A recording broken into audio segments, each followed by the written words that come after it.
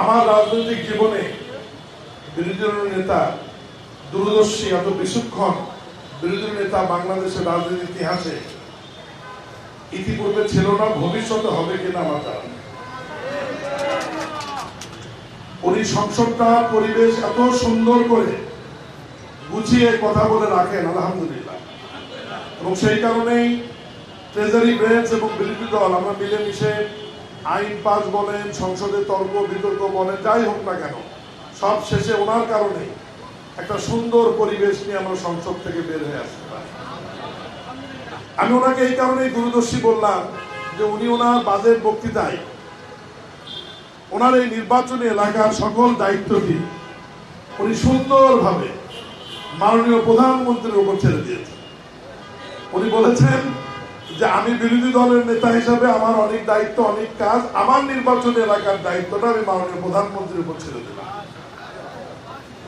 এরপরেই পরশুদিন মাননীয় প্রধানমন্ত্রী আমাকে ডেকে, যেহেতু স্থানীয় সরকার মন্ত্রণালয়ের অনেক গুরুত্বপূর্ণ বিষয় আছে আপনাদের এলাকার উন্নয়নের সাথে, উনি আমাকে আলাদাভাবে অনুশাসন জারি করেছেন যে বিরোধী দলের নেতার সঙ্গে সাক্ষাৎ করে ওনার নির্বাচন এলাকায় গিয়ে মানুষের কি দাবি, ওনার কি চাহিদা, এগুলো আমাদের সীমাবদ্ধতার মধ্যে থেকে আস্তে আস্তে বাস্তবায়ন করবার জন্য।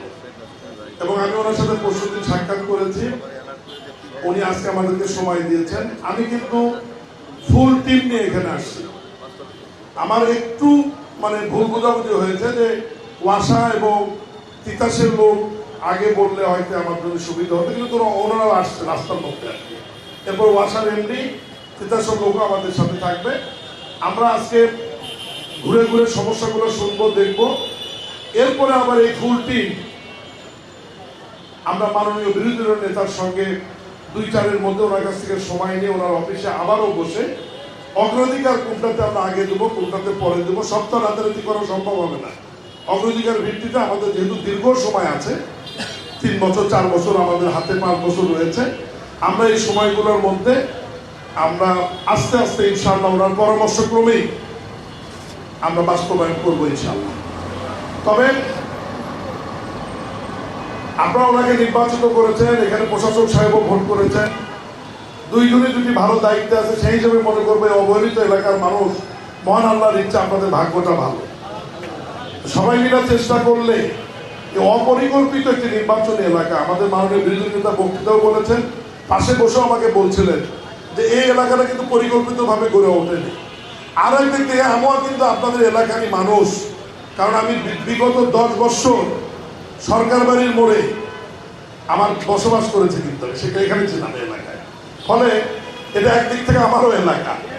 সেই হিসাবে আমরা 3 জন মিলে ঐক্যবদ্ধভাবে চেষ্টা করব।